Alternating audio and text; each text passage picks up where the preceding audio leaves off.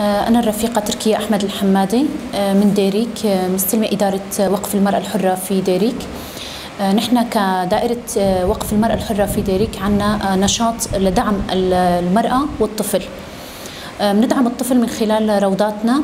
طبعا في عنا كثير روضات تابعة للوقف المرأة. بديريك في عنا روضة آري هي تابعة للوقف المرأة. في عنا كمان نشاطات لدعم المرأة، دورات ضمن مكتبنا بديريك، دورات خياطة، تمريض، كوافيرة. ضمن هاي الدورات كمان عم نعطي دعم نفسي. الدعم النفسي من خلال مثلا مواضيع محددة، مثل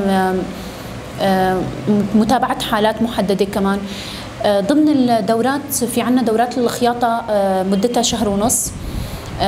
بعد ما تنتهي مدة دورة الخياطة بنعمل إجراء امتحان نظري وعملي للطالبات.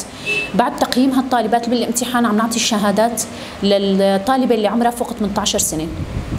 بالنسبة لدورات التمريض كمان في عنا لجنة الصحة المسؤولة عن دورات التمريض، هي دورة إسعاف أولي.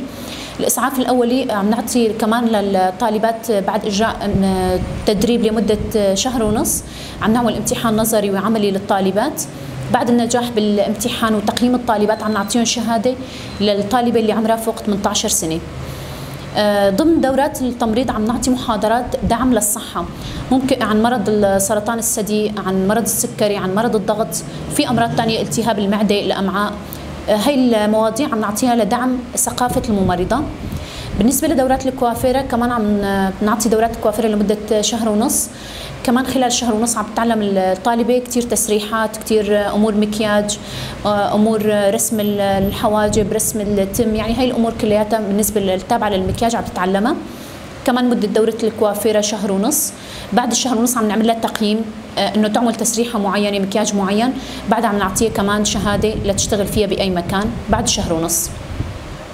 هي بالنسبة لدوراتنا اللي ضمن ديريك. كمان مواضيع الدعم، نحن والمجلس عم نعمل تنسيق مع بعضنا لدعم الأمراض الموجودة، مثلا مرض سرطان الثدي عم نعمل حملات، نحن والهلال الأحمر كمان عم نطلع حملات تغطية لكل المنطقة لتوعية هاي المواضيع.